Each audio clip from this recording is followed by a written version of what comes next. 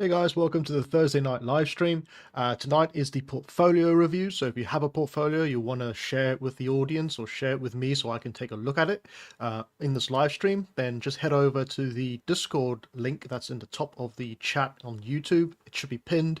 So just go there. And if you can't, then let me know in the chat if you can't. Before we get started, just want to share the membership video and then I'll be right back. So you want to join my membership? Gotcha. Finally. By joining, you won't only unlock members-only content,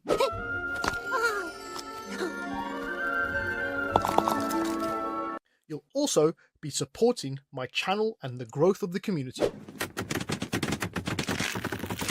Are you ready to do your part? I'm doing my part. For as little as a price of coffee a month, God damn, Jimmy. This some serious gourmet shit. you'll be able to access all past live streams and get exclusive members-only content. Yeah, boy. That's less than 49p a video. Shut up and take my money. So if you're ready, join now and become part of this 3D journey. Where we're going, we don't need roads.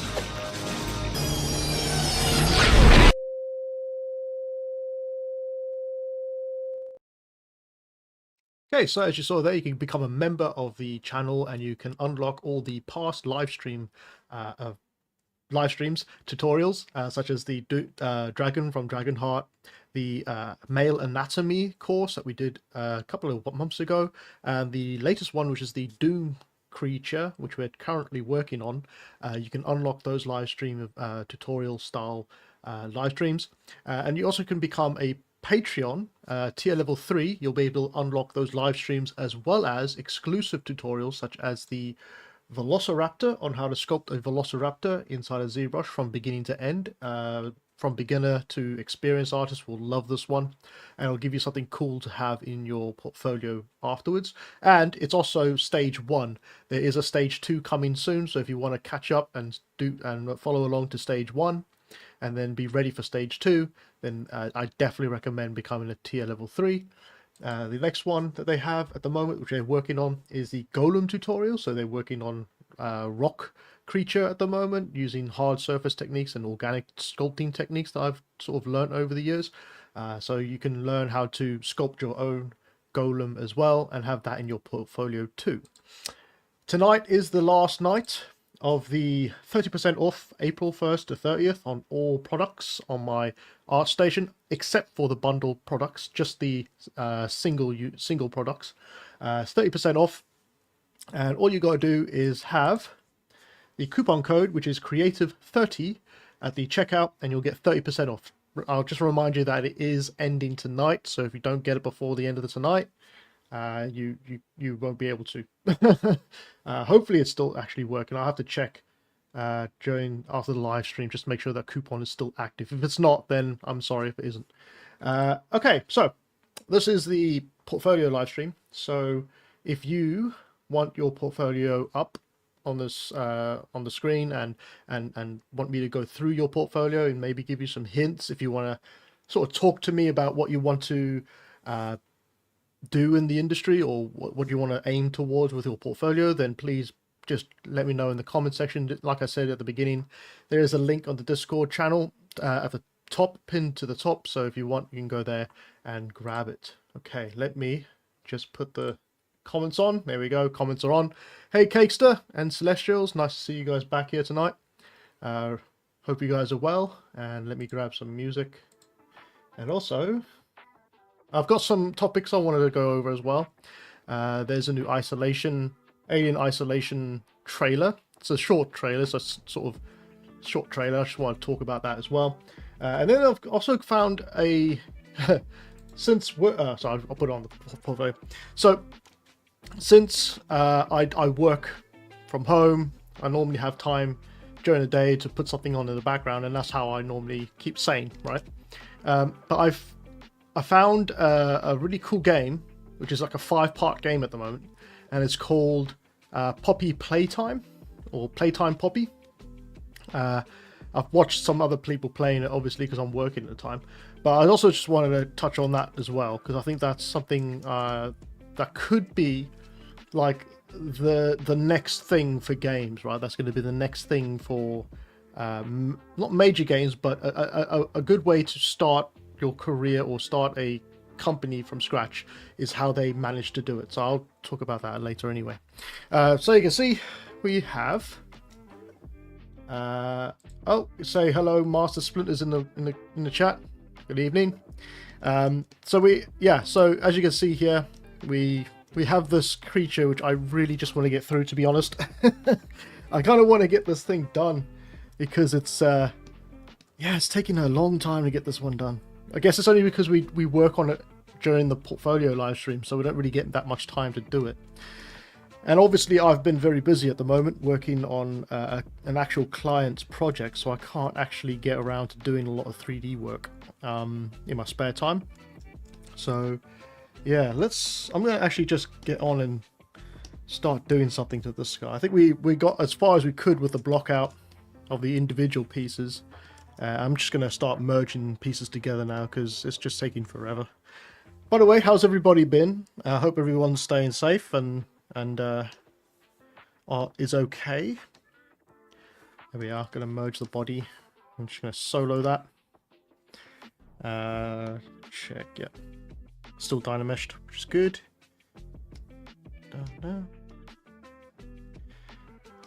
Yeah. And also there's a new trailer for Resident Evil, a new Resident Evil film that's coming out. Again, this is just a sneak peek sort of trailer, but I think it'll be quite interesting to see what that looks like as well. So we'll take a look at that as well later on. If it's a bit of a quiet one tonight with the portfolios and there's not many people, then we'll just do that instead. And yeah, we can also maybe even just discuss the Resident Evil franchise as a whole, to be fair, because it's an interesting one, really. The Resident Evil sort of what do you call it? The Resident Evil franchise, that's the word. Sorry, it's really difficult to talk and sculpt at the same time, especially if you're trying to concentrate on one thing and then all of a sudden you have to remember words and other phrases. It's just can be a little bit painful. And and also once I have the client's work out the way, which I'm hoping to get done relatively quickly or relatively soon, seems to be going very well at the moment, but hopefully once I've finished that, then it will give me time to go back to my own book and sort that out. Now that I'm not doing as many YouTube videos because I just don't seem to have the time of day to do them anymore. I do more specialized videos now, like using Substance Painter and different things like that with talkovers. I'm gonna start to look at doing that book that I had planned, because I'm sure people are still wondering how that is going as well. So yeah, let's just see how that goes.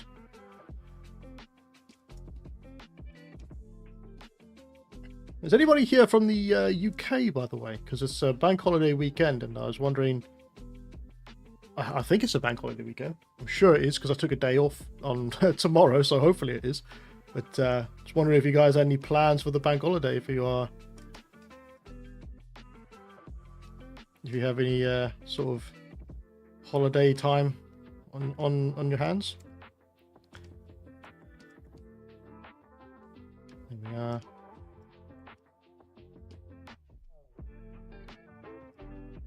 I'm going to keep checking my Discord, by the way, if you guys wanted to drop your links. Oh, there is a portfolio. Let me just open it up off screen real quick, and I'll just have a look at it real quick before I actually go through with it.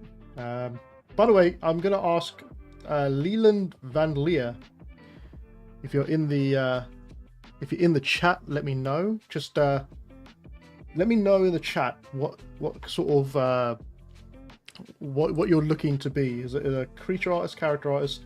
By the looks of your portfolio, it looks like you want to be a character artist. But is there any? Oh, it's Master Splinter. Okay. Yeah. See the different names on the on ArtStation on YouTube particular, because people don't like using their real names. But by the way, that is something, right?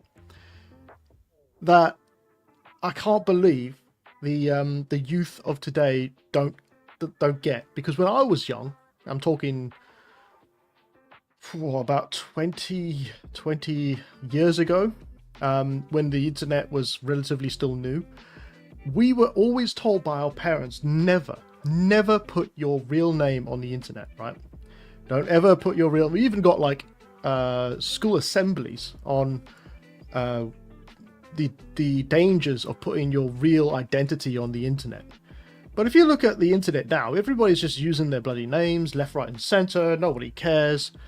It's even as bad as the TikTok thing. I don't know if you guys have ever read into TikTok. Sorry, I'm going off on a tangent here, but they found that TikTok was literally scanning your phone and all your sort of devices if you downloaded it and signed up to it. But the Gen Zs, or the younger generation, they just don't care. They don't care if their identity is taken by a foreign agent, and they just said, "Fuck it, we'll just we don't care about our identities, really." And I just thought that's crazy, because we were always told to keep your identity as secret as you can, especially when you're on the internet. But I guess times have changed and people just have given up on it, to be fair. Cakester says, "Yeah, I'm in the UK." Oh, that's cool. Yeah, that's good. It's getting nice and warm these days. It's like when I wake up at 4:30 in the morning and I go to the gym at 5. It's like the sun's literally up now at 5 o'clock, which is amazing. Master Splinter says, "I mainly do minis for tabletop games. Thanks and no worries." I should have added that. I was told the same thing growing up. Yeah, exactly, right? Exactly. Caser says, it's now more odd if you don't put your name on the... Yeah, right? That's strange. Anyway, let's have a look at this portfolio. Is there anything in particular, Splinter? I'm just calling you Master Splinter. Is there anything in particular that you want me to have a look at? Is there anything particular you want to showcase or get an opinion about? Because you got quite nice work. You say that you're a miniature artist, and I think that's very commendable, because miniature art is very difficult sort of way. It's a difficult sculpting form of sculpting to get into, because it's not like doing realistic sculpting, or maybe even what do you call it, stylized. Well, it is stylized, but like, League of Legends stylized sculpting. It's very much, you've got to get a character and you've got to put as much detail into that character, but remember that it's going to be like that small or smaller. So you can only have a certain amount of detail, and you have to kind of enlarge some things. So I see here with let's go to, where's a good one? Let's go to this orc or goblin. So you see here this goblin.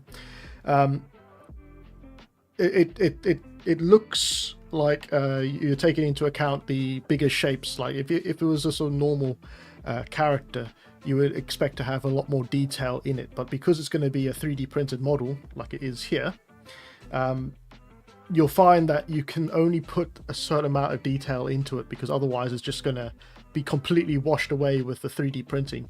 And it looks like, is this a resin print, or is this a ST, or is this not STL? What do you call it? A filament print? Because there's also a difference between filament printing and resin printing. I don't know a lot of it very well, but I do have my own resin printers, and from the little bit of knowledge that I know, I find that resin printers give a better result, but they're a lot more a lot more fiddly, right? You have to really fine tune it. I mean, there are automatic ones that automatically fine tune, but to get the quality that you want, you have to fine tune the program. And then there's the problem with 3D printing with resin is you're printing upside down, right? So you're printing layer by layer upside down.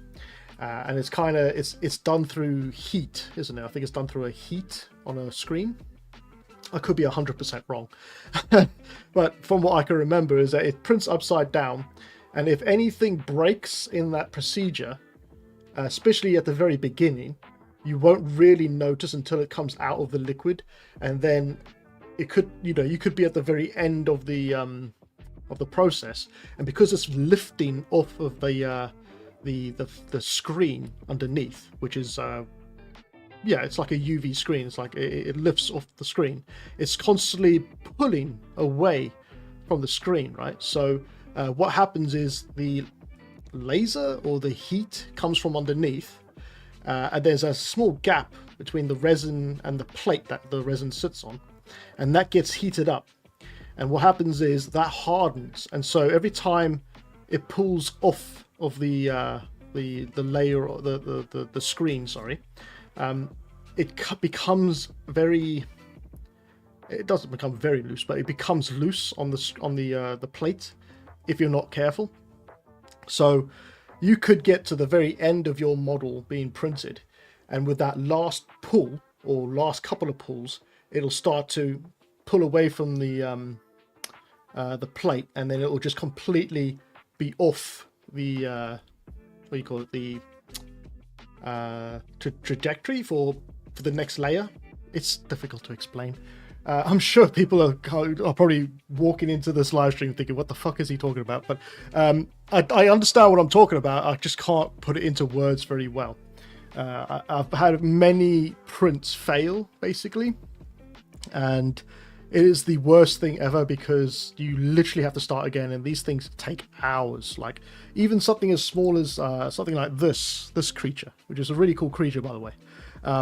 This could take hours to print, and when you get to that part where you just about see it done, but you can see that it's been pulled away from the base or the plate, and it's completely fucked. It's just like absolute nightmare. Let me just check the stream real quick.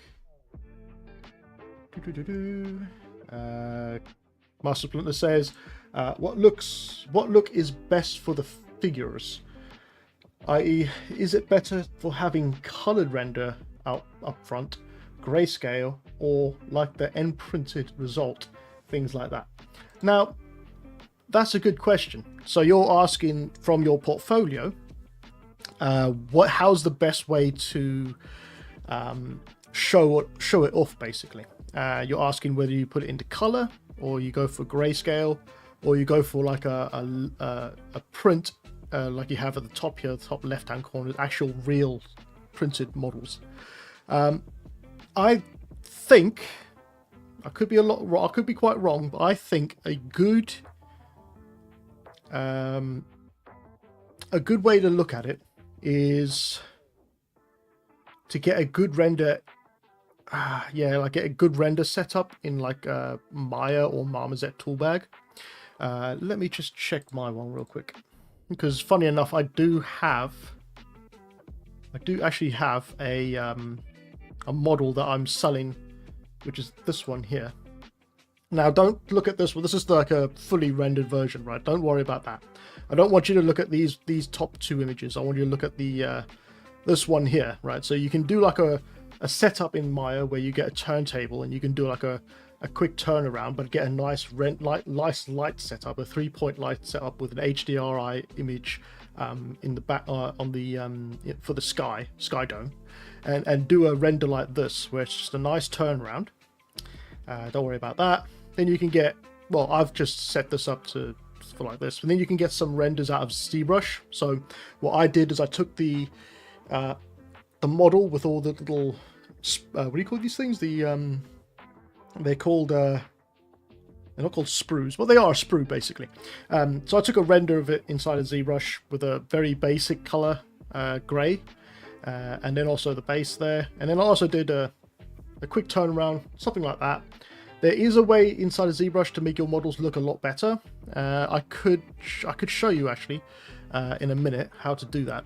And then obviously I did the same thing as you. I printed it out. I also got a what do you call those things? A light box. It's like a really cheap light box you can get on Amazon, where you can stick your models in and you can have lights turned on and you can take a photo. This is just taking a photo with the with my my shitty little phone here. I don't even use the camera that much. But if you get if you've got a good camera, you could do a couple of what do you call it? Photos, I guess, of your model. I've also got a turntable on as well for this as well. So I just put it on a turntable and then wait for it to turn around. I took a few quick shots with it, and then I just took it into Photoshop and I cleaned it up a little bit. You can tell that the photos aren't great because the background should be completely black, but I just can't. I don't know anything about photography.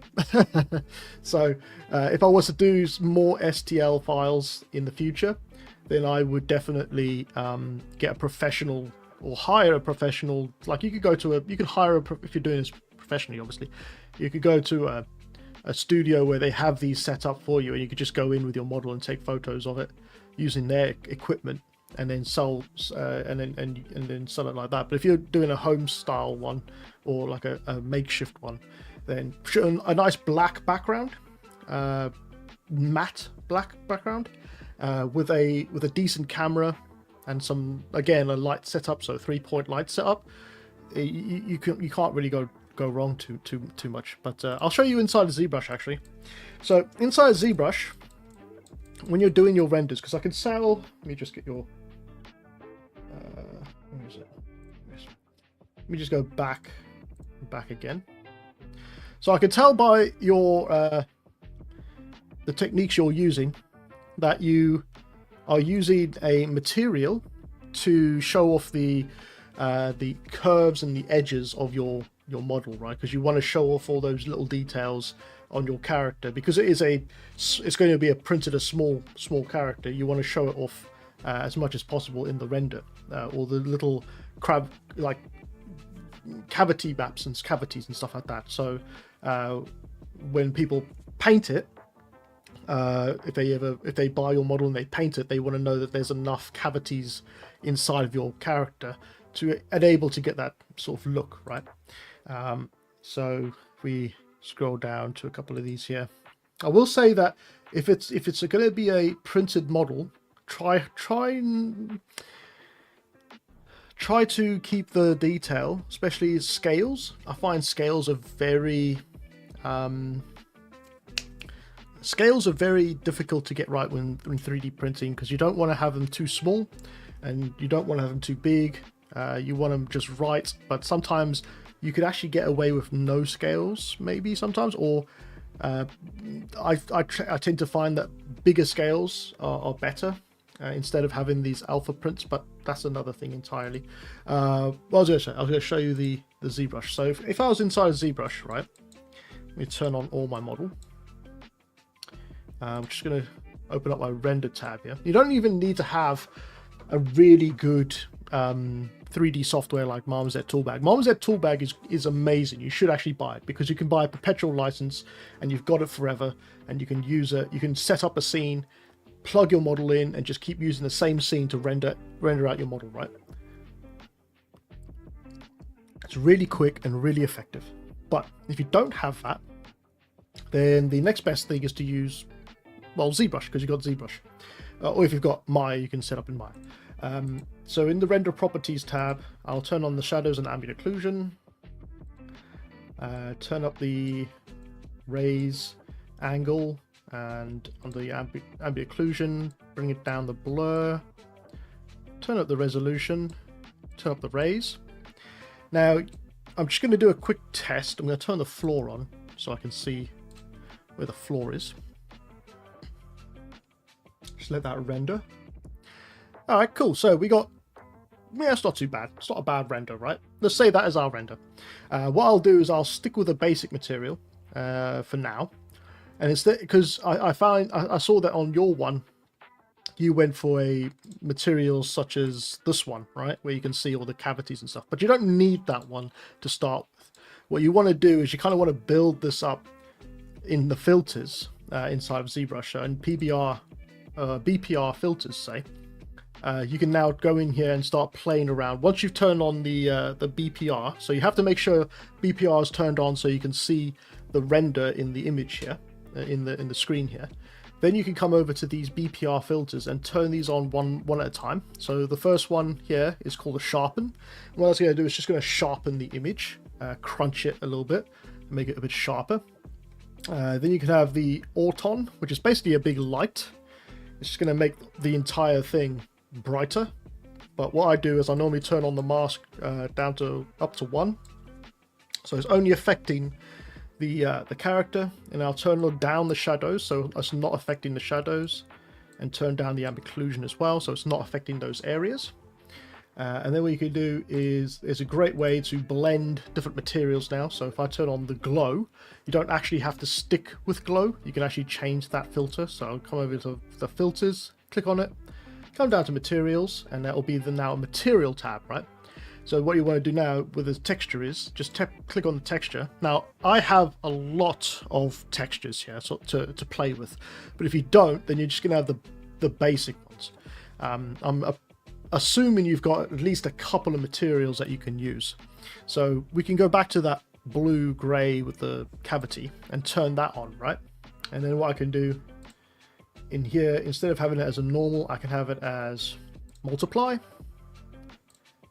or add, depending on what you want to get out of it, right? So it's kind of like Photoshop. We're doing the Photoshop thing that I normally do in Photoshop.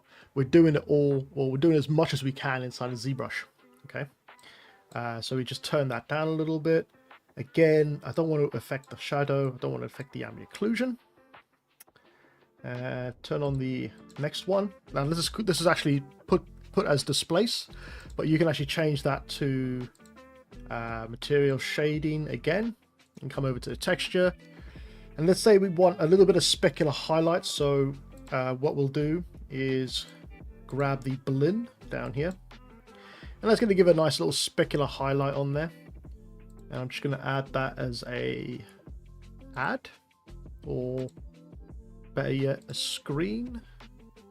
Whichever one gets me closest to that specular highlight. It's a bit of a touch and go. I think soft lights works pretty well for this. You can also come in here and tint it a little bit if you want. If you want to get that sort of tint that you normally see on other STL models, you can come in here and you can add that sort of tint. You know, when you see those images of them. Where was that? What do I do with that? Let's add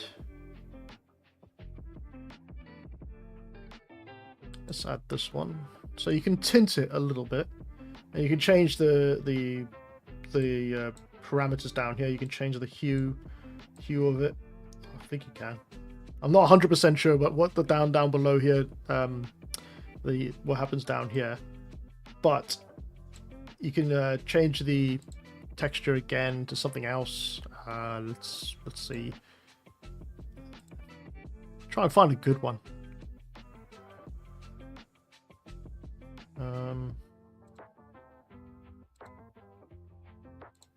One that shows off your model really is what you're going for, and all the beauty of it.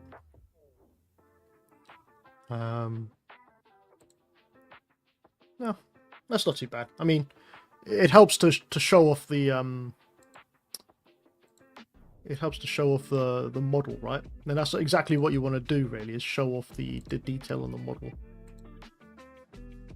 Ads always so hard. There we are, overlay. Alright, so you can do something like that, and then what you can do is, if you want to keep the same style or the same look, you can then save this BPR filter out as something completely different, right? So you can save it as your what is it? Your base filters. Let's say it's your base filter. So you save that out, and then you can load it back in on a different model. Click the BPR render, and it'll do the exact same thing as it's done with this image. It'll do the exact same thing. So that's how I would go. If I didn't have like Maya or Marmoset Toolbag, I would do that. And you can also turn this around now, so you can make the front. You could do a render of the front. And it's just going to take a little bit of time to get through the render. But you can see we got the render from the front now. You could do it from any angle really, and it'll come out exactly the same the whole time.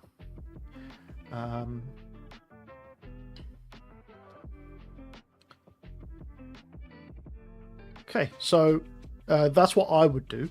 And also, a good thing to remember is I'm not a massive fan when I'm trying to show off a model. I'm not a massive fan of this gradient in the background, this sort of black to white gradient. First of all, if you're going to do that, I think it should be the other way around. It should be dark to light going upwards. But I wouldn't actually recommend doing a gradient. I would keep it black.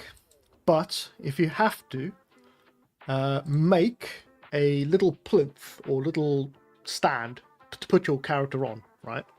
So that you can then have something it's grounded to, instead of just floating in midair. So yeah, that's what I would do with your models. So you can see here you got a plinth here, really good. Black, you want a nice black background, because then it shows off just what you need to show off, the character, not being distracted by everything around it as well. I think that would help out quite a bit. This one, is this one pure black background? Yeah, you see, that's much better. It's a much better look. You're focused on the model. You're not focused. Your focus isn't distracted around the rest of it, right? So that's it. That's a good one there. In terms of detail on a model, depending on the scale of the model that you're working with, or you're going to print to, it's totally up to you. If you're going to print a small model like a 28mm, is a 28mm base, because they go by base size, right? Normally, 28mm base is your normal Space Marine, Warhammer 40k Space Marine, and then they start going up as they go to bigger Marines and models. But if you use that as a go-to sort of reference, the Warhammer 40k as a reference to what they put into their detail, obviously I don't think they do the resin printing. I think they have a different way of printing. I think it's injection mold printing, which is completely different, and it's more of an industrial sort of thing. So I would just use them as a reference to see what you can and cannot get away with when it comes to making detail on a character. All right, okay. It says here, it says, yeah, that is awesome, and I'm going to rewatch the stream to set up a consistent render profile and make some changes to have consistency, which has been lacking in the images. That's fine. Yeah, I mean, you know, it takes a while just to test things out. I'm not 100% against this material that you're using, sorry. But if you're gonna use this material, just make sure that things like the ground that you have here is either smoother or higher res model. Otherwise you're going to see the pixelation in the render, and that won't be very good for showing off your model. It's the material that's doing that to you. It's not your model. The material's showing all the pixelation in your model. So using this material is fine, but just make sure that you're completely happy with the final design of your character before using a material like that. And you can play around with different materials inside of ZBrush and see which one comes out, which one works best for you. And you can also download a load of them. I think they've still got loads of free materials on ZBrush, or you can download them from my ArtStation website. They're all free on there, so you can download those ones if you haven't already. But yeah, hopefully that was helpful, mate. Really good work. I really like the frog. I think the frog looks really good. It's so small as well. My God. Surprised it didn't break. But yeah, really cool work, man. Says the high detail are 75mm or 1/6 scale. The little ones I make 32mm scale. Been making more rest spots. Those ones very helpful. Thank you. Okay, cool. Nice one, man. Nice one. Yeah, just carry on. If it's a passion that you have, or if it's something that you want to get into, then I wouldn't be. I mean, there's always that rush to get into the 3D printing side, so you just want to make a model to get to 3D printing, which I completely understand, because that's how I normally feel when I do models or creatures. I just want to get it into the next stage.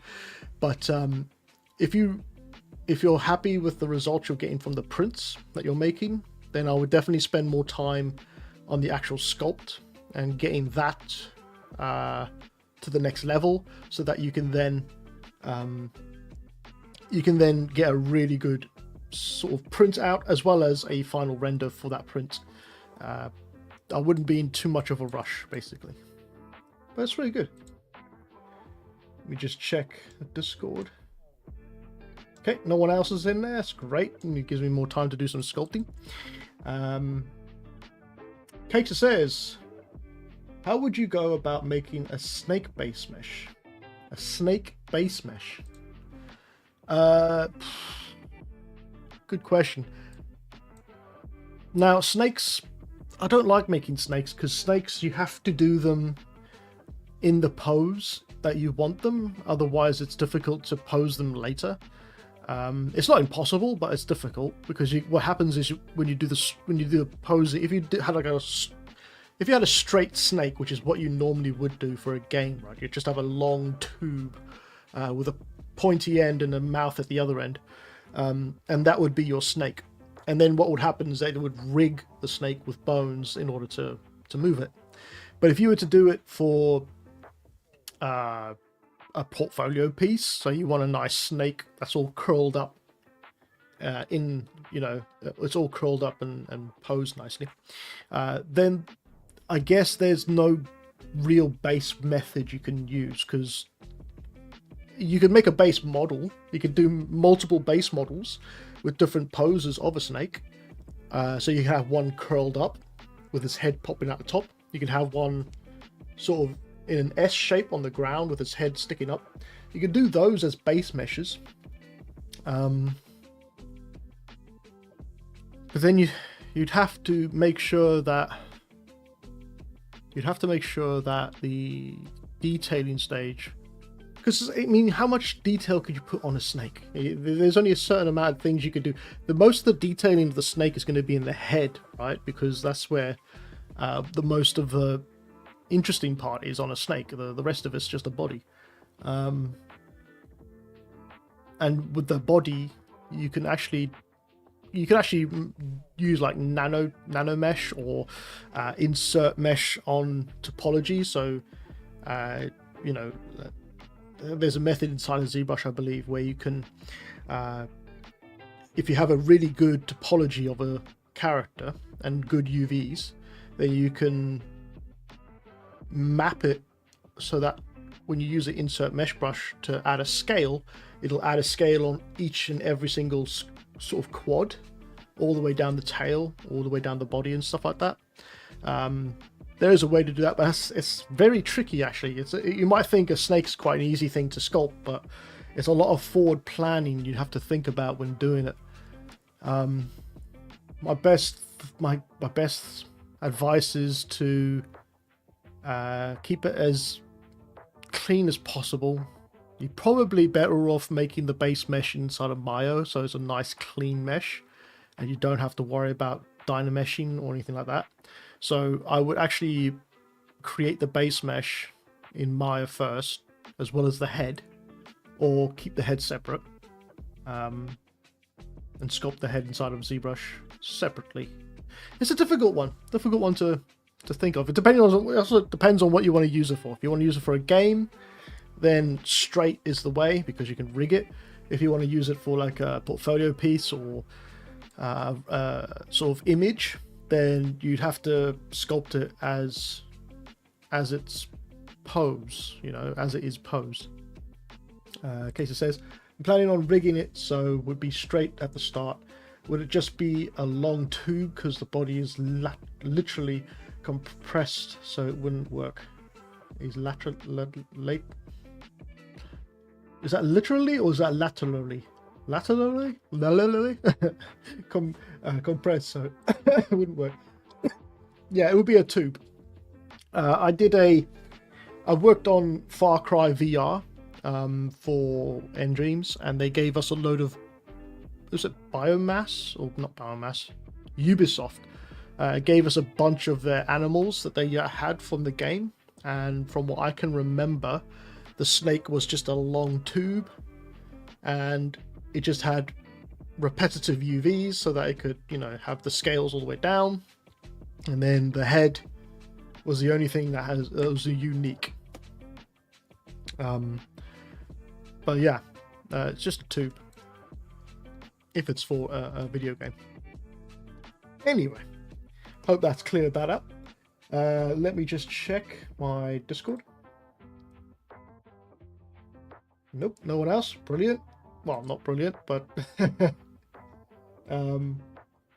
yeah, if you want your portfolio to be shown on stream and talk through your portfolio, if you want some helpful hints or tips, then there's a Discord link at the top of the chat, pinned to the top of the chat, if you wanted to check that out.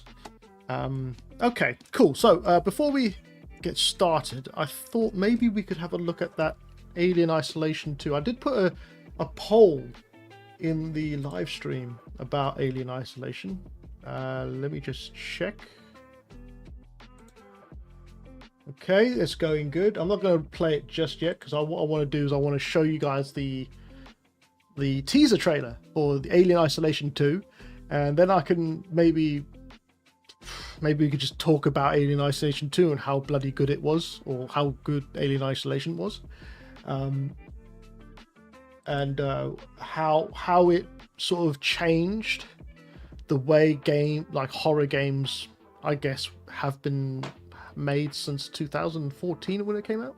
So let's just pause this music real quick. 1 second, guys. Right, let me just get the trailer up. Stop screen. I want to share with audio.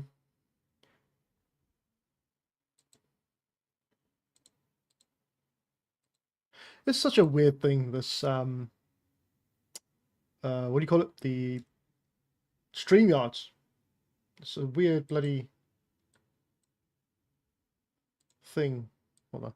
All right, here we go. So this is the trailer. This is the trailer for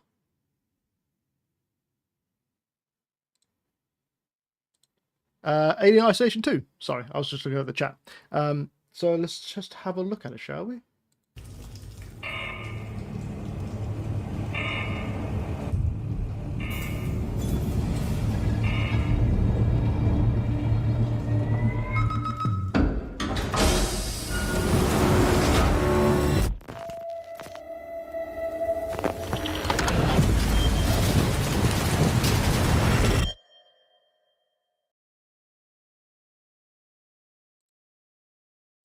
That was it.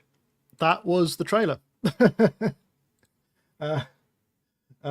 Not much, right? Not much to see, but I think it's going to be an amazing game. If anybody has watched these streams before, they would have known that I am a massive, even though I've only played like the first couple of hours of it, I'm a massive fan of the Alien Isolation world.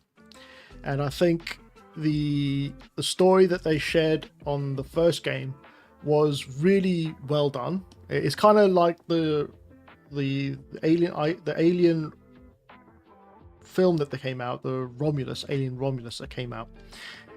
set between the first and the second game, Alien Isolation. You're basically Ripley's daughter that goes out and tries to find the ship, the Nostromo, find the wreckage of the ship Nostromo, and what happened to the crew. And basically, you come across a mining station or a station not far from who picked up the Nostromo's distress call, and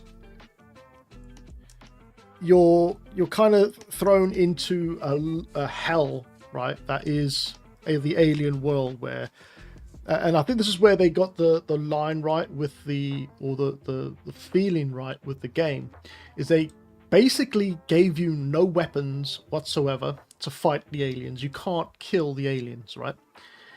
Which at the time was it wasn't revolutionary, but it was something fresh.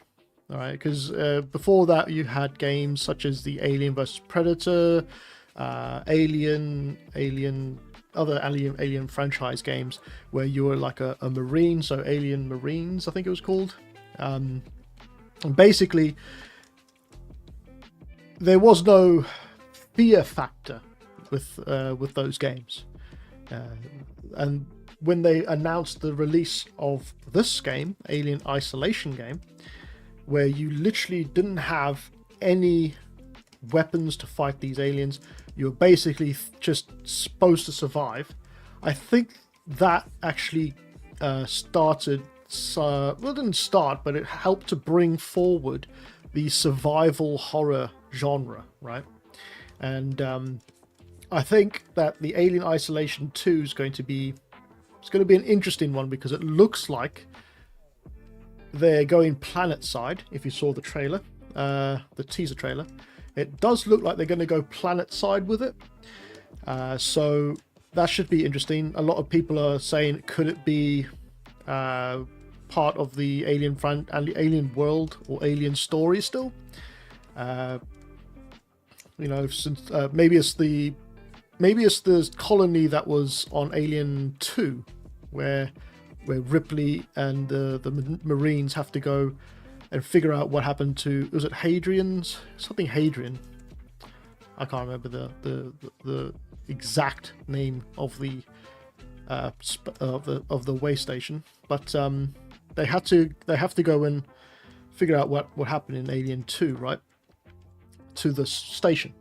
But I'm hoping that's the case, that we're now planet side on a colony, a Weyland-Yutani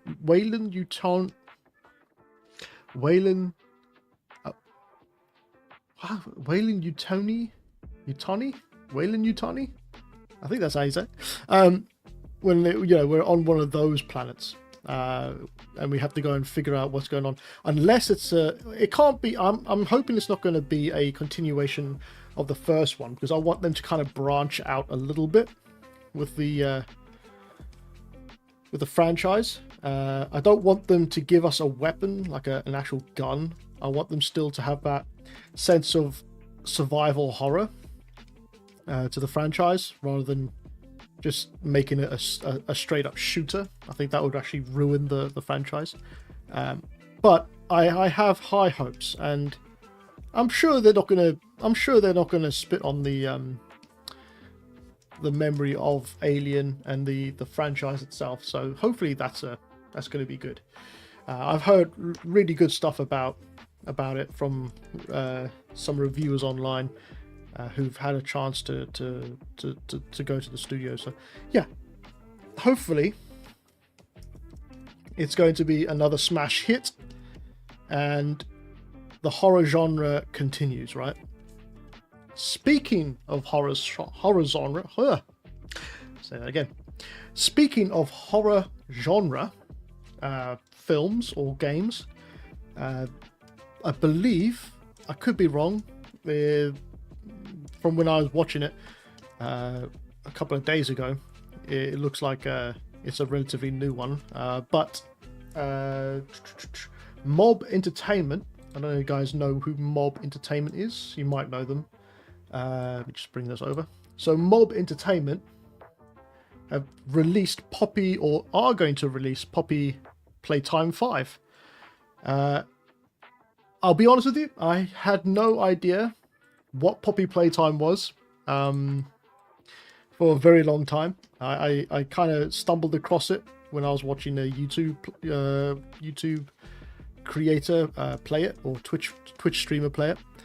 But I gotta tell you, that's an amazing game, and I think that they are definitely contenders for the horror survival genre, right?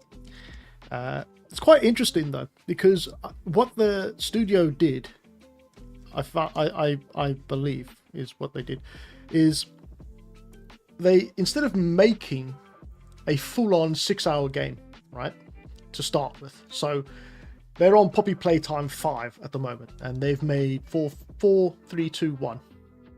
And the first game, I believe, was a taste tester, right? It was a little taste teaser of this new world of Poppy Playtime. And so it was only about half an hour long from what I could watch on the live stream. I think it might be a little longer because they cut some stuff off. But from what I could see, it was about a half an hour to an hour experience of this new genre in horror games. And it's a genius idea if you think about it, right? Why make a 6-hour game and take, I don't know, 3 to 4 years to make it? Or if you're, GTA 6, then a goddamn lifetime by the looks of it. It'll be not like World War 3 before the game comes out. Anyway, why make a game and take so long in making the game when you can make snippets and break up the whole entire experience of a game into smaller chunks, right? So I believe that's kind of the way they went with it. They decided to push out Poppy Playtime Chapter 1, because they've done in chapters, Chapter 1 as a tester for the audience, and to see if anyone would actually like the genre, right?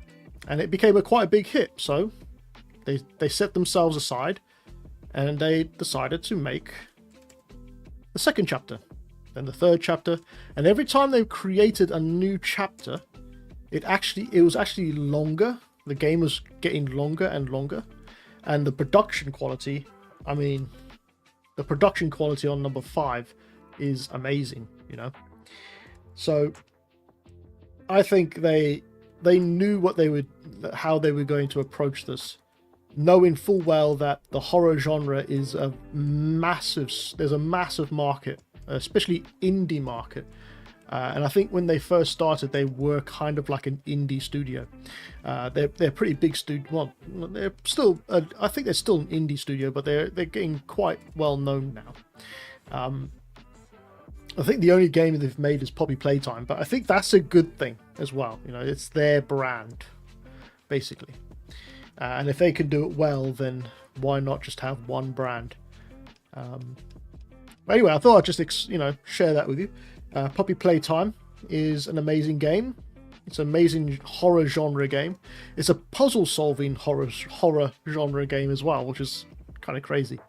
I won't ruin the storyline to it, but it's also got a really cool mythology.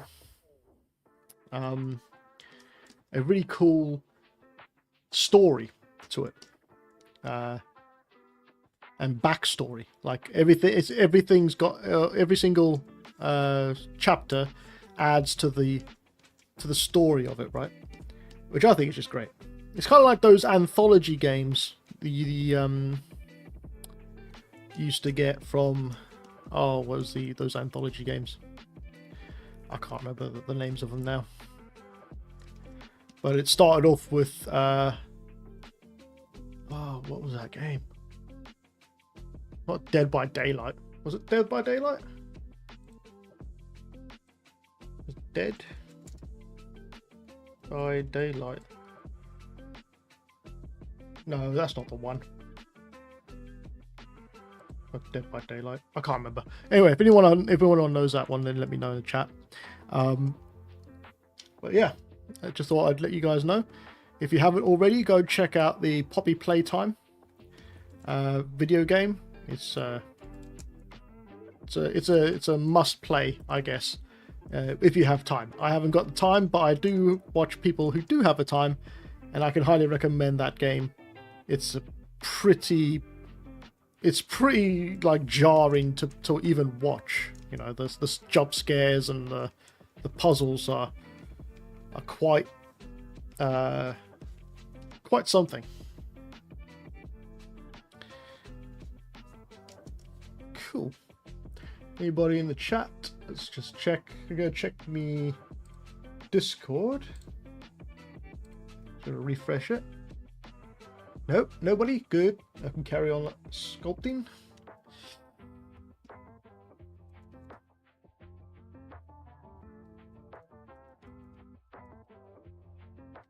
Just gonna check the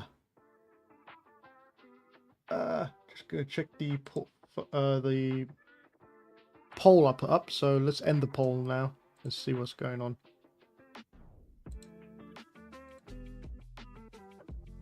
Where is it? Okay, so I asked, are you excited for the new Alien Isolation 2 game coming soon? Yes, 42%, no, 29%, and what's Alien Isolation is 29%. Okay, so that's strange. People don't know what Alien Isolation is. That's crazy. 29% of you don't know what Alien Isolation is. I find that hard to believe.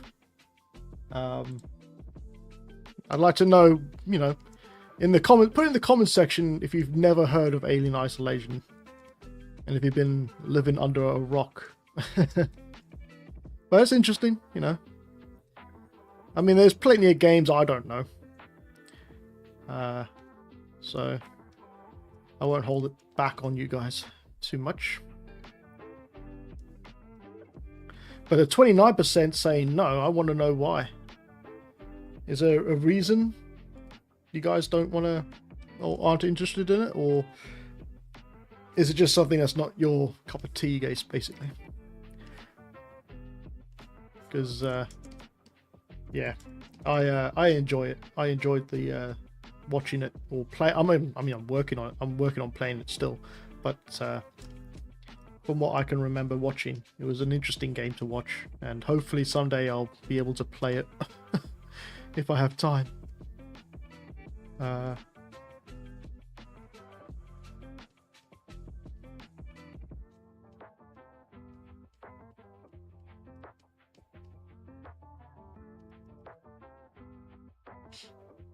Casey says, I've heard of it and that's saying something. Oh, wow. Yeah, that is saying something.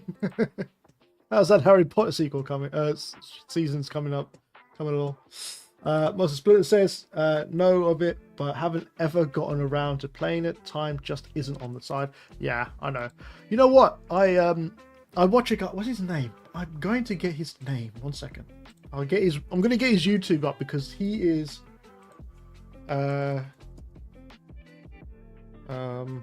my go-to streamer to watch play like horror games. I think I've said this before. I must have said this before, but I'll just show you guys. This guy here is the king of the streaming, right? Streaming games. He's just funny.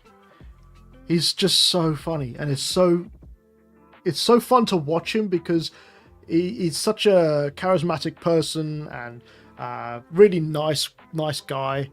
From what you can see on the stream, obviously, but go and watch his streams because they're like really long streams as well, so you can put it on in the background and do sort of your own sculpting work.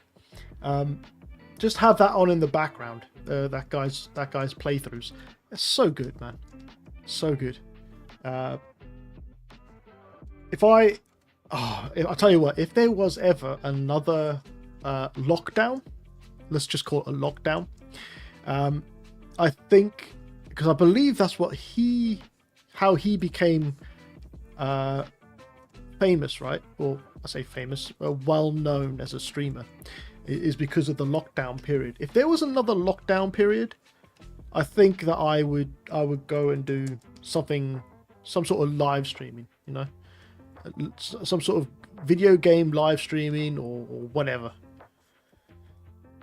And that would be my new career moving forward, because that was like the time to pick up a hobby or pick up a side hustle, was during the lockdown period. And a lot of people actually found their true calling during that period, didn't they?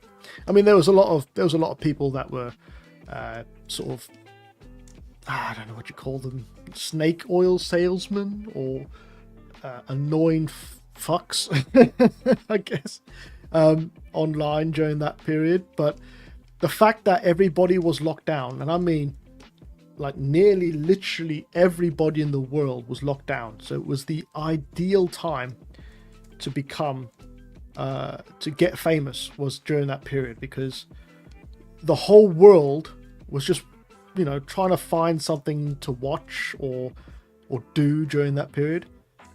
And I find that yeah, I think it was one of the best times to be a live streamer or content creator, if you were making content. And I think if it was ever to happen again, definitely take advantage of it, guys.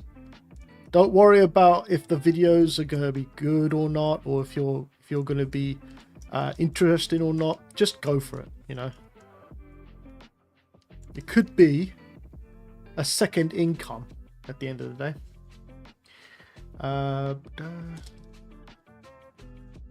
Just check the Discord. Nope, nobody else. All right, cool. We might just get one tonight, guys. Might just get one.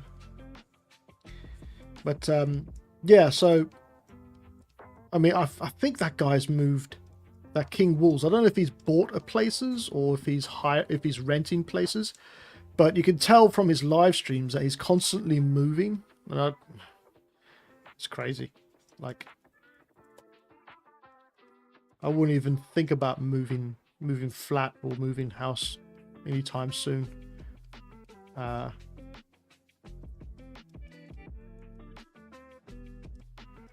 there something about?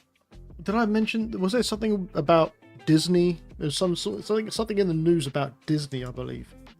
It might have been 2 weeks ago or recently.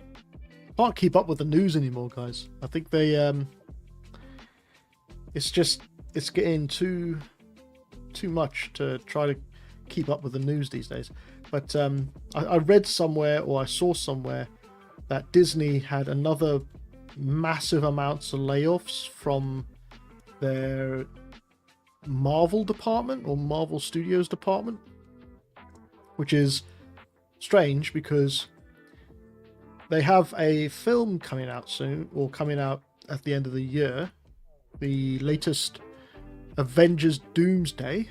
By the way, let me know in the comments, put a 1 for yes, 2 for no, if you're interested in Doomsday, Avengers Doomsday, because I gotta tell you, I'm not particularly bothered about it. I mean, I'll see it. I'll probably watch it just because Robert Downey Jr. is in it, in the film, and you know, you got Captain America. You know, it could be quite interesting. But I think they're running on fumes. I think Disney is seriously running on fumes at the moment, and they just, like I said, they just had a massive layoff of artists from the Marvel Studios, and it's difficult to imagine, isn't it, that a studio like Marvel would actually ever have such a massive layoff of staff. I never thought I'd see the day when Marvel Studios, that gave us Endgame Spider-Man, or gave us Endgame Iron Man, the whole, MCU, the whole MCU basically. I never thought I'd see the day when they would be firing people. And it's not just like HR department and human, the human, human resources really. The background workers. We're talking about artists that have been there since the beginning of the MCU projects. The major films. I think one of them was an artist that worked on the first the first Iron Man film and 27 films afterwards or something stupid. Just bloody hell. Imagine your career just comes to an end like that. You worked all your life on one in one department, one area, and all of a sudden they come around and say, "Yeah, you're finished, mate. See you later." It's crazy. Master Splinter says, "Not interested. When available for streaming, I'll check it out eventually, but very low on priority." Yeah, I have to agree. It is very low on the priority list at the moment. There's so many other things going on right now in this world. I think that films are just going to take a back seat for now.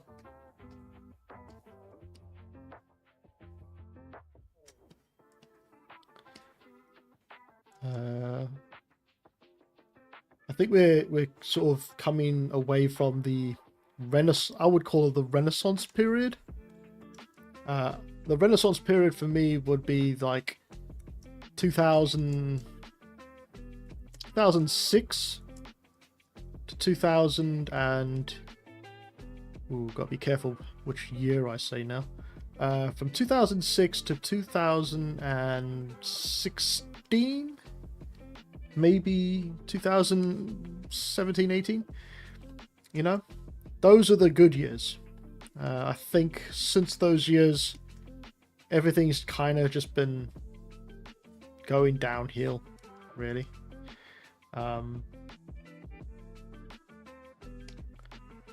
Yeah. Difficult when the good times end and all you got to work forward to now is the shit.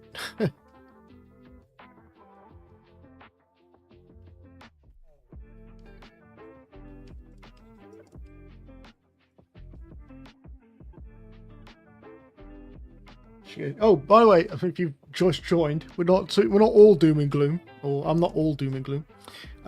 If you just joined, this is a portfolio live stream. So if you want your portfolio to be up on screen, and I can go through it and talk to you about your work and what directions I would take with your portfolio, if it was mine, then there's a link in the top of the description box or the chat box. Should be pinned for my Discord. You can check it out there, and I will plop it up on the screen. Make sure that it's a ArtStation link. That would be really handy. That's only if you want to. You don't have to, but if not, then I'll just carry on sculpting this guy or cleaning up this guy, which is some sort of fishy mermaid type creature. I don't know. Kind of make it up as I go along, to be fair. That's the kind of ones I really enjoy. Those types of sculpts I really enjoy are the ones where you just make it up as you go along. So throwing caution to the wind and just going around and working on bits and bobs here and there and making sure that, or just, enjoying the process of sculpting. Because, when you work for an actual project or something like that, then you're very limited to your creativity, I find. And so having stuff like this where you can just sit back and enjoy the sculpt, enjoy the project, it's much more beneficial. Celestials says, "Have you heard the news about ZBrush channel? is it true they will not be giving free licenses to their streamers? I haven't had a chance to look at the ZBrush channel, to be fair. Been busy, so busy on other things. I didn't hear about this. Is this just for streamers of ZBrush who are streaming ZBrush?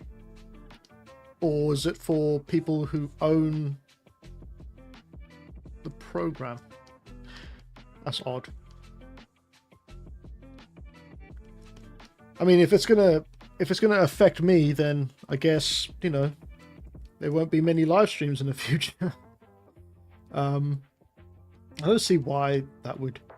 I'm not sure. I'll have to have a look into that. It will be quite interesting to figure out what the hell's going on there. Because there's a lot of stuff actually going on at the moment with the especially with YouTube, which could affect my channel as well as other people's channels. Apparently there's some leaked information that YouTube wants to start taking down channels that how do they put it? YouTube wants to start taking down channels that they think, because I think they're using AI to search through channels now, so for copyright claims and stuff like that. So they want to start using this program to take down channels that have particular what is it? That have particular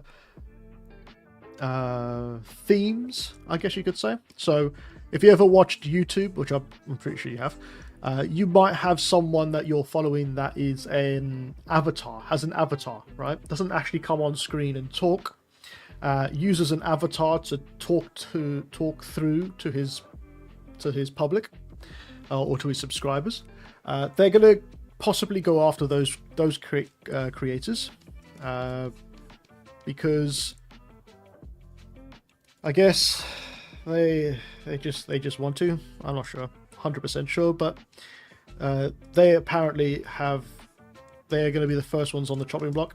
Anybody who reads articles from the news or publications and stuff like that, they're going to start to crack down on them. Anybody that shares content that isn't theirs, they'll start to crack down on them even harder now, which they already do, but I mean, they're just going to make it even more impossible for content creators in the future.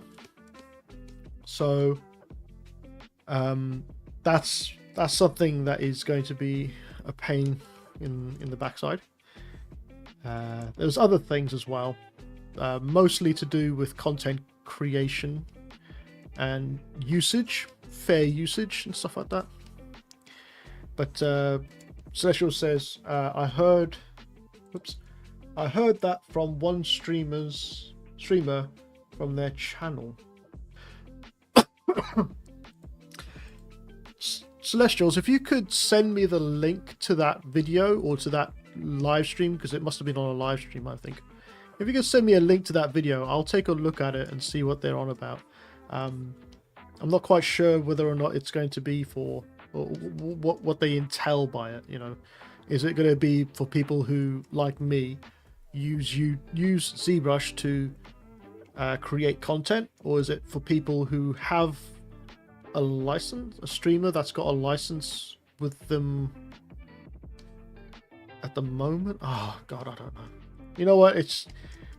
I don't know. I think there's going to be massive changes coming forward soon to online anyway. So, Kesa says, I think it's only relating to the professionals that volunteer to stream on their YouTube channel, not everyone else. Okay. That's okay.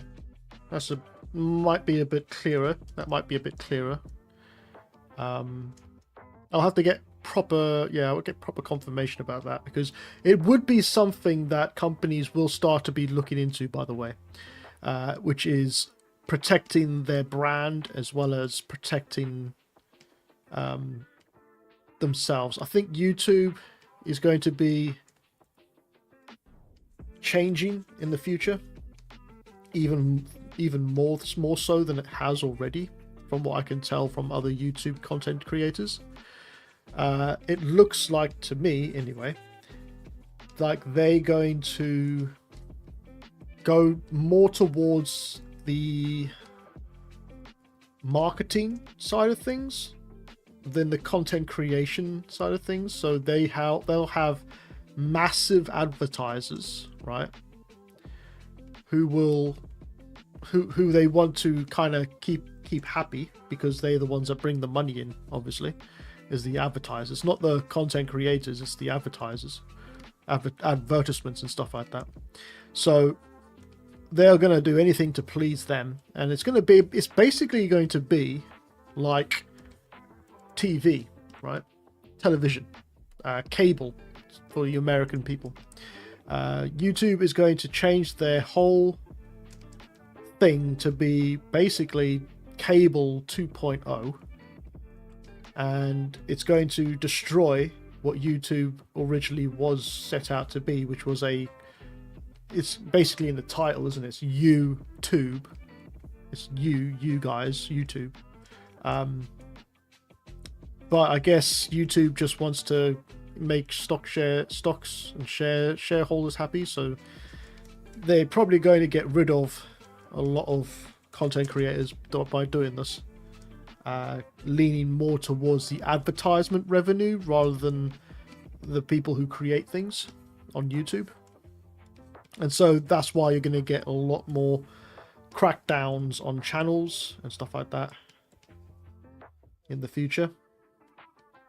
I mean, I wouldn't be surprised if this channel gets hit as well, just for, I don't know, saying stuff like I'm saying tonight, or using a bit of content here and there.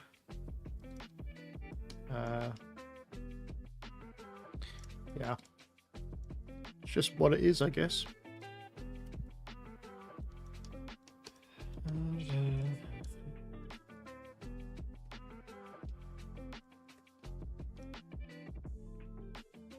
Anybody else in the Discord?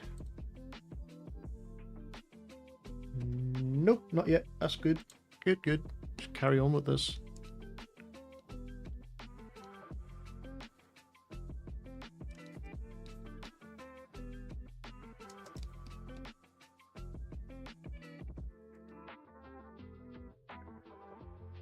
What have I done there?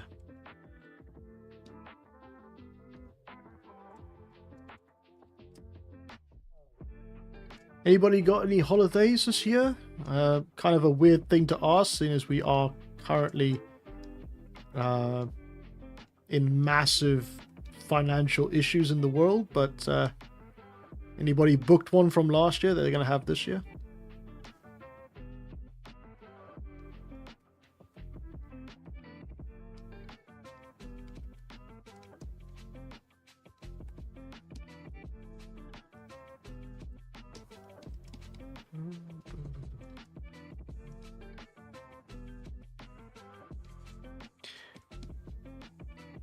I keep forgetting that there's a massive lag on YouTube from my streaming software to on StreamYard to YouTube.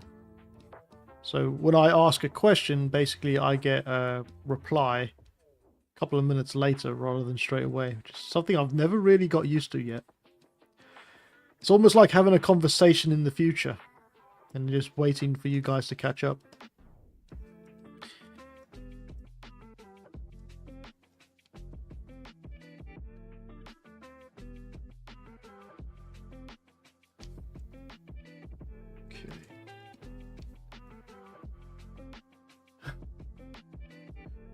Okay, so it says, hoping to go to Gran Canaria later this year. Gran Canaria, where's that? Let me just, can't remember where that was.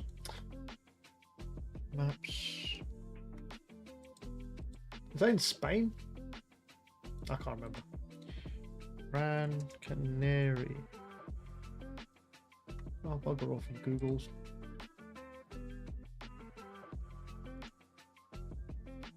Yeah, Spain. Yeah, Gran Canaria.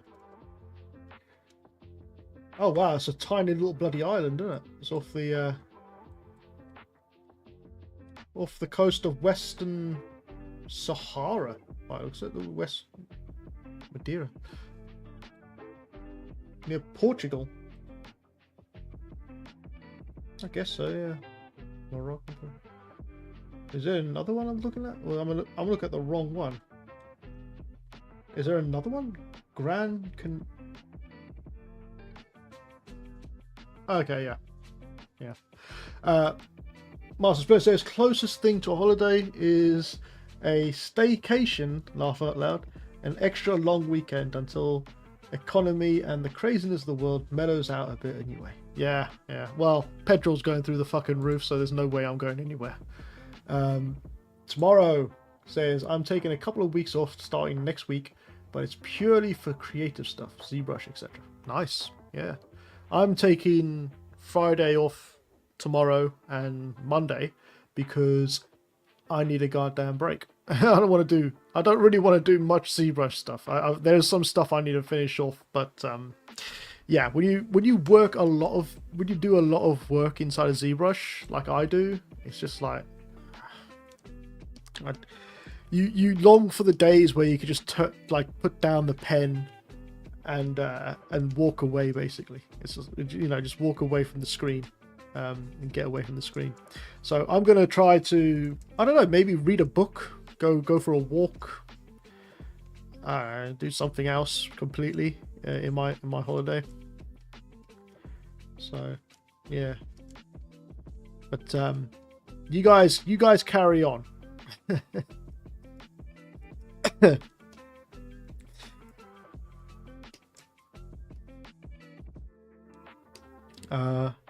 Yeah, also I'm trying to do a lot more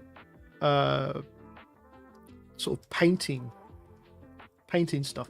I'm gonna try and get myself a proper paint set, or like real life paint sets and stuff like that. Maybe set it up behind me in the chair behind me there, on the table there. But I want to start venturing into something else completely as well, not to say that I don't want to do any more 3D stuff. It's just I've been doing this since 2000 and when was the lockdown? So 2019. Yeah, 2019, wasn't it? I think it was. It was when the start of it was, and I've been doing 3D since then, like constantly 3D, and I think it's it's cool to keep your skills up, but sometimes you need to take a break from it, maybe every now and then. Celestial says I'm going to do some oil painting this holiday. Nice. Yeah, I'd love to do oil painting, but my flat is so small that I just don't have enough room to do that. So I might do start off in watercolors with pencils, or watercolor pencils as well, and see how that goes. Maybe even ink work, like lines. There's an artist I follow, and he does sort of these very cool drawings with black markers and stuff like that. I think that'd be quite cool. I suppose there's traditional for oil or acrylic. I'd love to do oil, but it's such a, or any painting is quite sort of messy. And like I said, I've got carpets, and I don't have anywhere to put that sort of equipment in my flat. It's quite small, so yeah, I'd love to have like a big warehouse one day, right, where I could just do oil paintings and traditional style painting, rather than doing digital painting. But I'm trying to, because I've got this here, got my iPad, right? which is it's got Procreate, and Procreate's got like a relatively similar look. I'm not sure about feel, but has a relatively similar look to oil painting and other types of sort of traditional painting, which could, you know, it's going to be that's going to quench my thirst for a while until I get real stuff. But yeah, just don't have space for it. What are you thinking of going into instead? Well, I don't want to. For my career, I'm going to stay in 3D, obviously, because, you know, there's nothing much else out there unless I take a new course in something. But I'm starting to notice that this is very much a luxury job to have, especially in the state the country and the world's going in right now. Like I mentioned before, we're kind of coming away from that Renaissance period where everybody's an artist and, you know, everybody's sort of working on cool things, and now it's kind of like it's more along the lines of, can I keep a job, basically, and can I keep can my job keep a job and stay open? But if I don't know, I mean, like I said, this is very much a luxury job. It's not something that is required to in the grand scheme of things. If there was, I don't know, a shortage of plumbers, let's say, you would definitely feel it. But if there's a shortage of artists, would you feel it as much? I highly doubt that. So in some respects, yes, it's kind of crazy. It's kind of scary, because, as I mentioned, the Marvel sacking, anything could happen in any of the industries now, and I think it's coming to that point really where the entertainment industry is slowly it's not dying, but it's regressing to a smaller size, like a skeleton crew, in order to keep entertainment going. Yeah, just gotta, I guess, hold on until, like, it's basically like the last guy on the Titanic, isn't it? Really, hold on for dear life and take that last deep breath. I guess. Not to say that there's no studios out there. There are studios out there, guys, but it's becoming saturated because of the amount of people that are trying to find a job, right? And all they know is 3D, right? Which is why if the whole entertainment industry went lights out in what, a couple of days or whatever, or a couple of months time, I think I would find an apprenticeship. I'd like to do something with my hands, you know. I don't do office work. I'm not someone who could sit in an office for hours doing paperwork and filing stuff. I have got a mind that likes to problem solve, but it has to be something interesting. And I think I'd become a day laborer, like, you know, bricklayer, construction worker, woodworker. What do you call those woodworkers? I can't remember now. Yeah, I don't know. I'd either do that, or I'd make a huge go at this whole live streaming thing and just live stream 24/7. See how far that gets me. I'd probably do that first.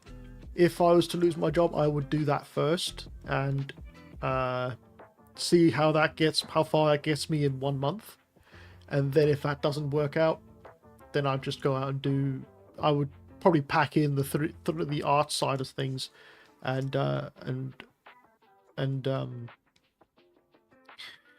find a job, basically like an actual job. Find a job, basically. It's kind of bleak, isn't it, really, if you think about it? kind of bleak.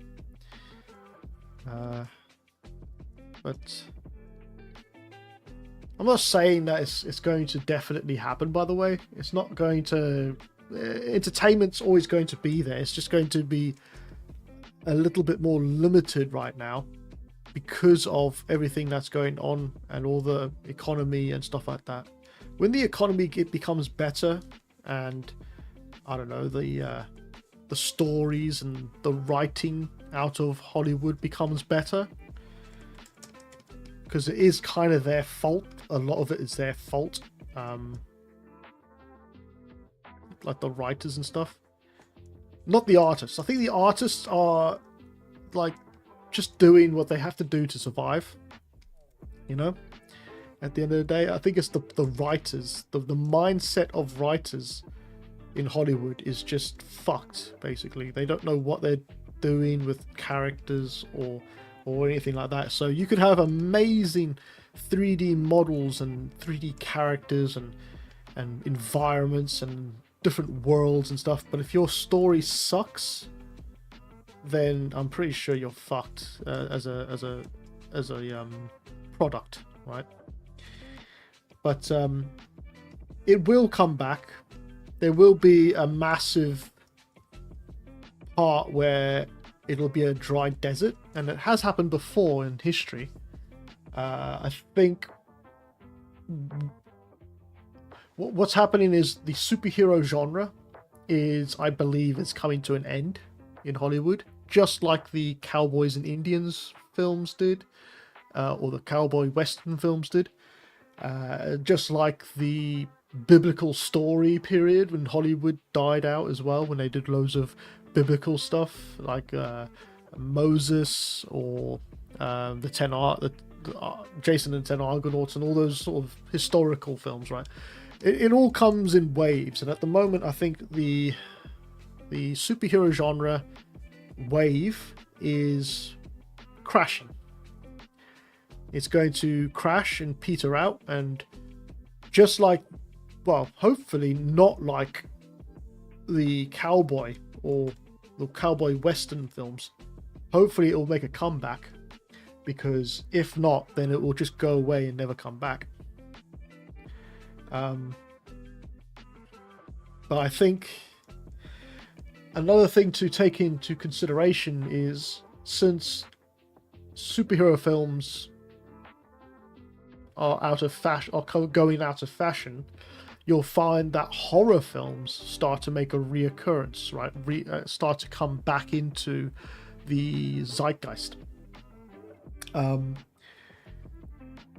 It's happened multiple times throughout the entertainment history. We had was it rom-coms, like teenage rom-coms? What was it? American Pie, all those other sort of American Pie style films. We got what was the other one called? Twilight. We had those films, and then they petered out, and then what followed was a series, like a season or series of horror films, because horror is always a fallback on, right? You can always fall back on horror films in Hollywood. Even though they don't make much money, they can always bring in a crowd. There's always a crowd for a horror film. I think you're seeing that now with the horror films that are coming out at the moment, making a resurgence and stuff like that, and the superhero genre going away for a bit. Which is a good thing, because once the horror sort of stuff gets old and boring again, then you'll find the next big thing will come through. And I think it's going to be game adaptations. Now, game adaptations have always been around, but they've always done them really bad. Until now, right? Since I think it was Sonic the Hedgehog. When Sonic the Hedgehog came out with that fucking god-awful trailer of that hedgehog, and then they literally went back to the drawing board and gave us exactly what we wanted. Since they listened to the audience, they've started to make the gaming genre films more in line with the game. So you got even like small indie games like the Backrooms. I think there's a new film coming out called Backrooms, based on the indie horror game. Then you have the Mortician's Assistant. I think it's called the Mortician's Assistant. That's an indie horror game that they've just created a film for, and it looks very much like the video game. So yeah, and you got Mortal Kombat, you got Street Fighter coming out soon, very much in visual wise, very much like the video games. Whereas in the past, I didn't even realize this, right, but Street Fighter had 2 films before it had the one that's coming out soon. So you had the first film with, I think it was Jean-Luc Picard. Oh, what's his name? John.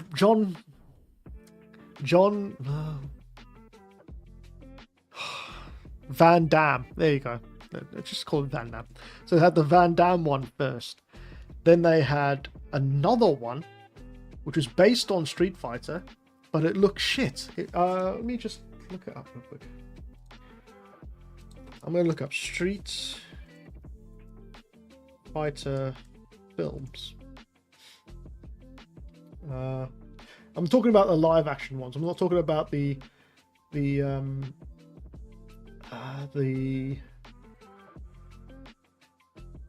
cartoons or animes. Sorry, not cartoons. This one, Street Fighter: Legend of Chun-Li. Anybody remember that? Does anybody remember that film? Because I vaguely remember it. I don't think I ever actually watched it.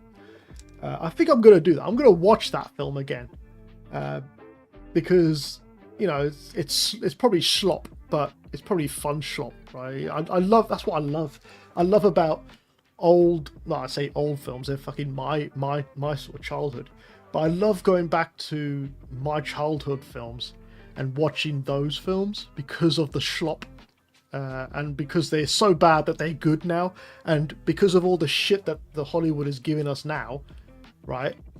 It's actually refreshing to watch something that from the 90s that is slop, but it actually makes the Hollywood films look worse.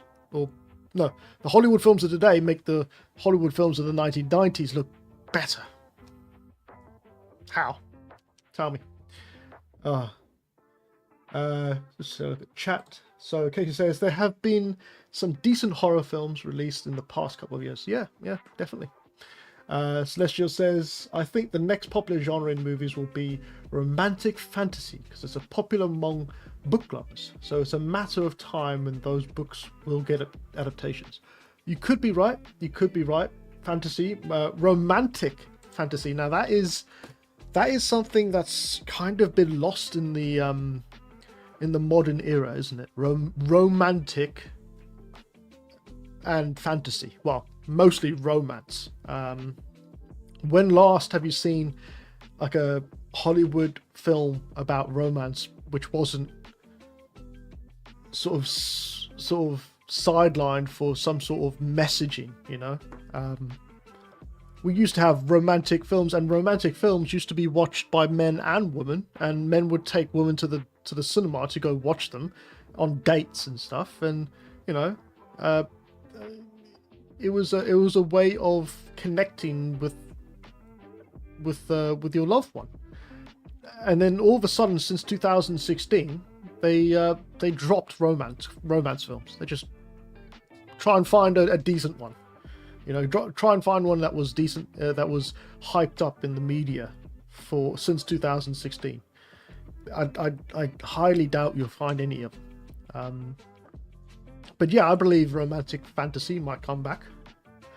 Be quite interesting for romantic fantasies to come back.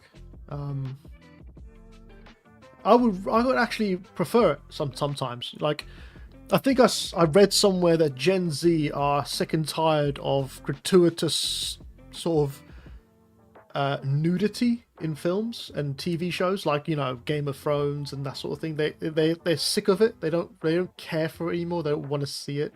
I guess it's because it's so prolific in the social media world that you know, the sort of try to use my words carefully because we're on YouTube, but the, you know, the P word industry is just so prolific in social media nowadays. It's just, you can't even turn on Instagram now without seeing some half dressed person on in front of your face, you know. I don't know, it's crazy.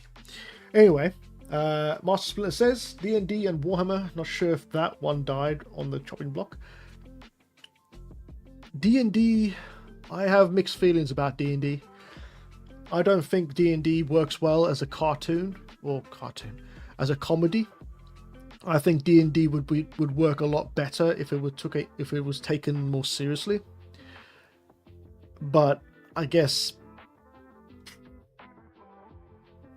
you just have people who are making a D&D film but don't love D&D. Like, you know, don't have the love for D&D. When you watch, I'll tell you how I know this. When you watch the Astartes films on YouTube, you know, the guy who made the Astartes animations for Warhammer 40k, well, not for Warhammer 40k, used Warhammer 40k to make the Astartes small episodes. Yeah, that was pure love for the project, or even the backstory of the world, of the world. You know, he kept it exactly how Warhammer 40k should have been. He never strayed away into some comedic stupidity or messaging or anything like that. He made a Warhammer short films depicted exactly how it should be. If D&D was made by the same guy who made Astartes, I think D&D would have been a massive hit, because he wouldn't have gone down the stupid route. Even though there's maybe some silly stuff in D&D, I don't think he would have gone down the comedic, oh, it's fantasy, dragons and witches, oh, let's just have a laugh sort of thing. It's kind of like spitting on the what was that word I'm looking for?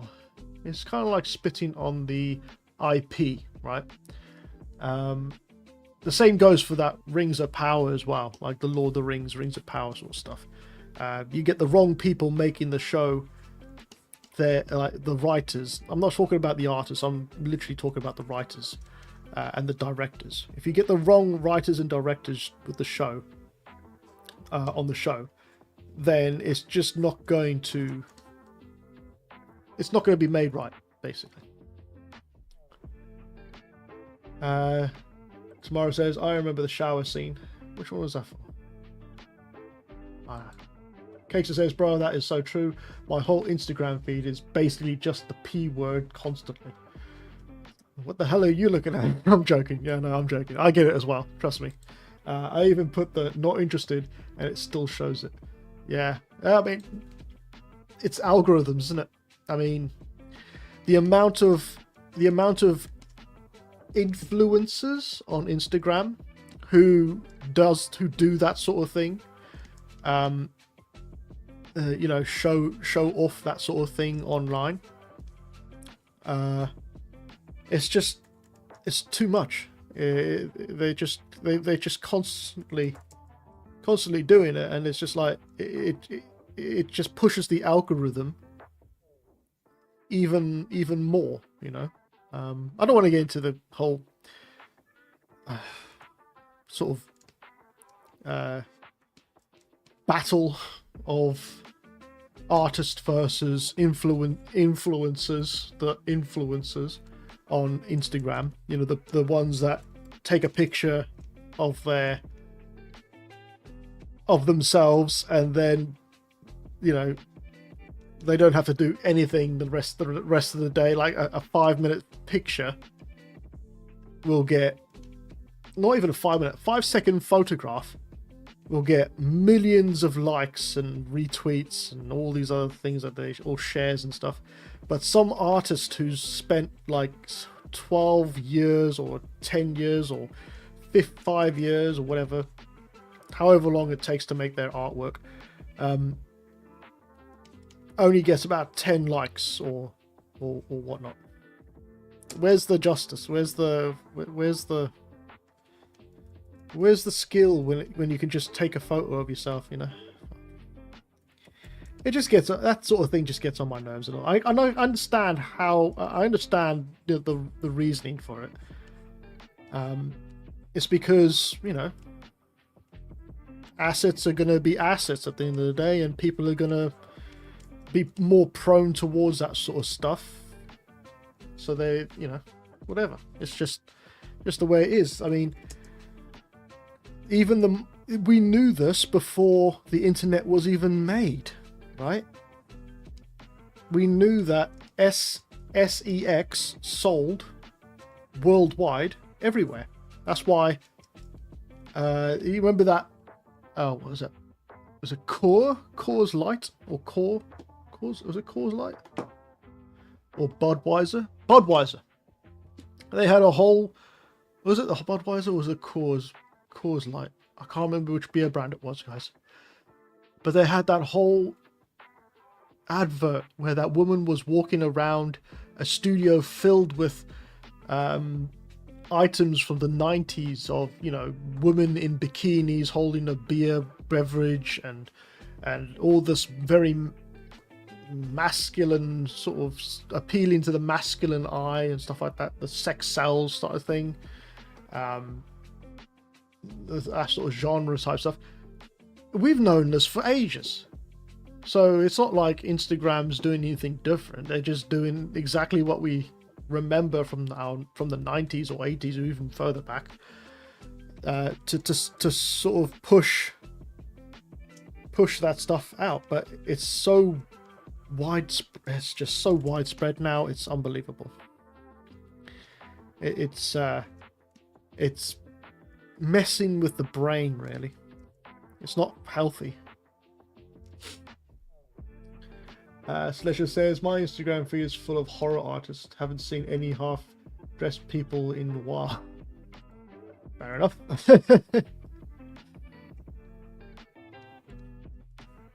I think it's got a lot to do with... has it got a lot to do with the... what do you call it? Because when you open up an Instagram account, you have to put down what sort of gender or what it, you know, whatever the terms they're using today.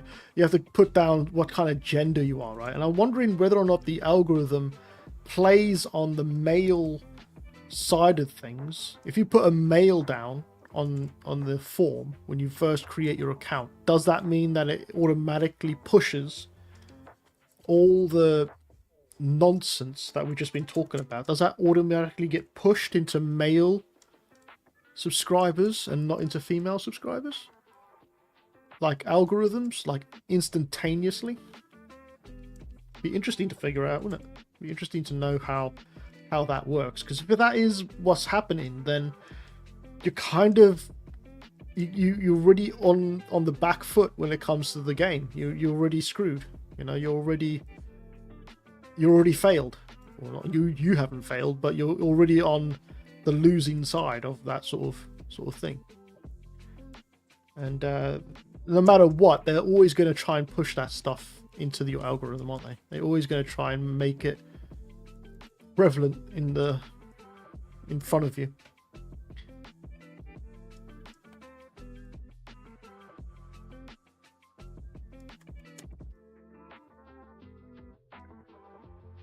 It does make me laugh though. Like I get a lot of memes on my timeline of that same quote. You know, there's a girl somewhere taking a picture of herself and earning millions whilst I'm slaving away for 9 hours in front of a desk on a computer.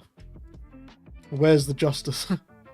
You know, those sort of memes are just sort of something to chuckle to as you realize, yeah, that's definitely what's happening.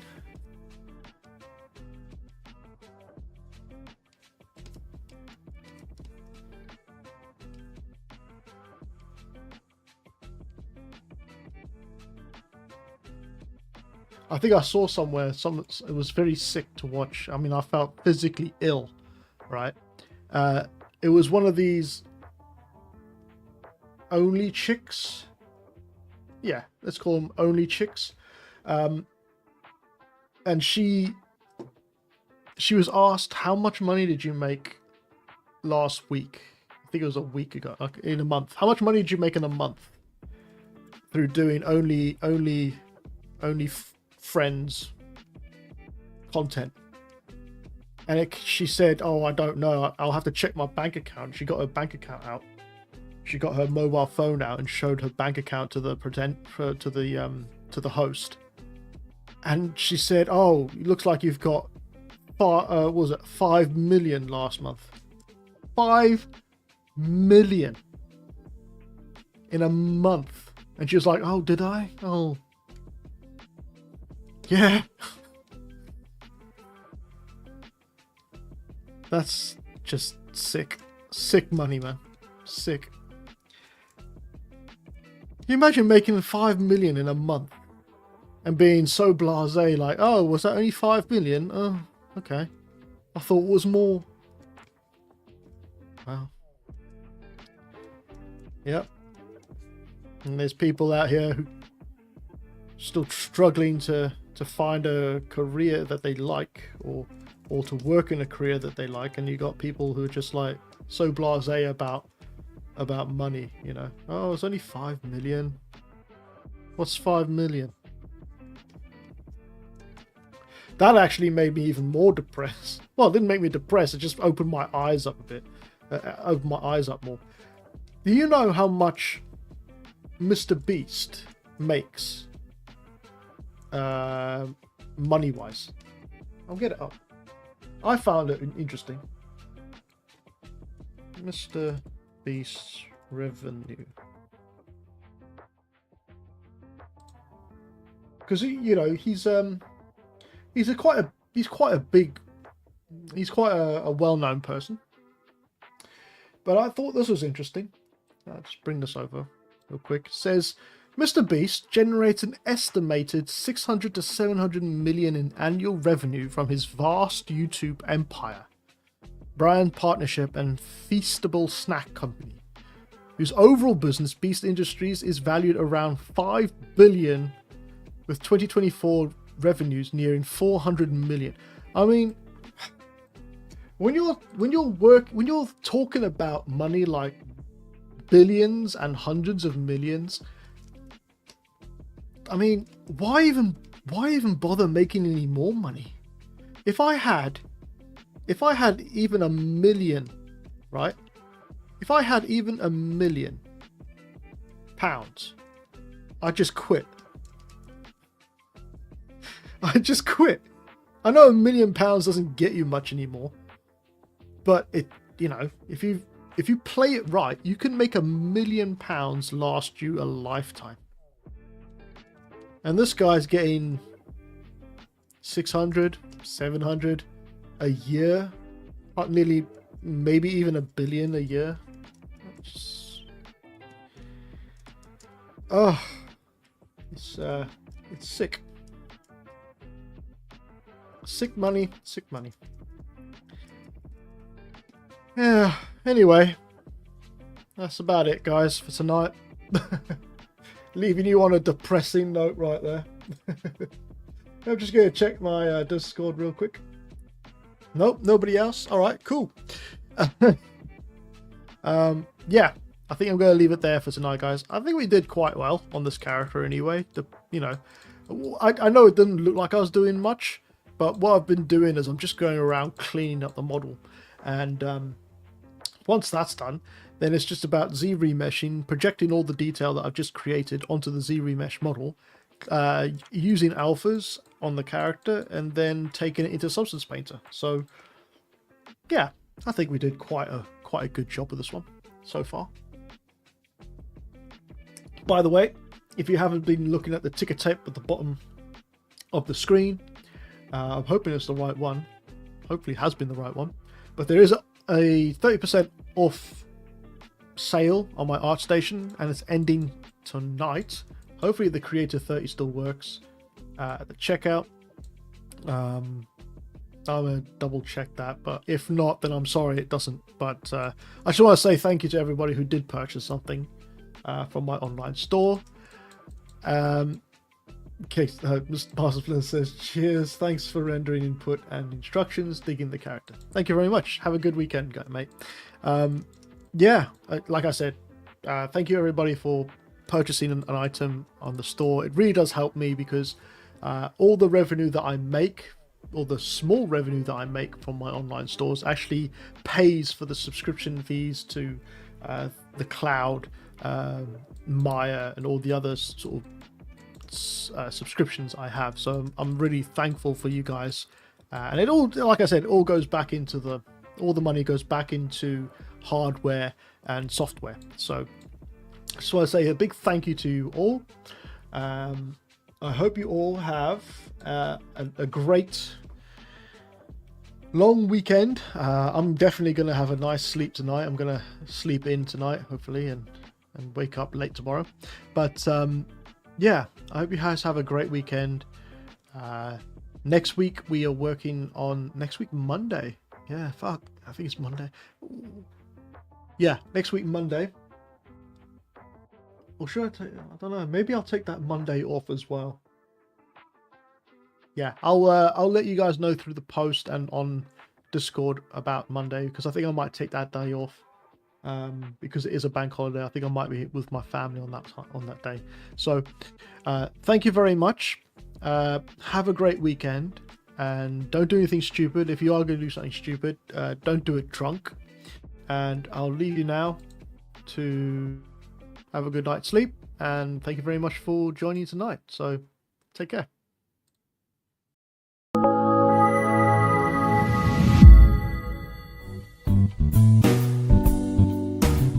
Thanks for watching. If you're interested in more exclusive content and want to support my work further, then please check out my Patreon page at MLW_creative for more. Also, view past live streams you might have missed in Tier 3 tutorial support, where I will be archiving future streams moving forward. If you are interested in other full-length tutorials, brushes and models, then check out my online stores for more useful content. I would also like to thank all my subscribers and patrons for supporting me for this long. Again, thanks for watching and stay safe.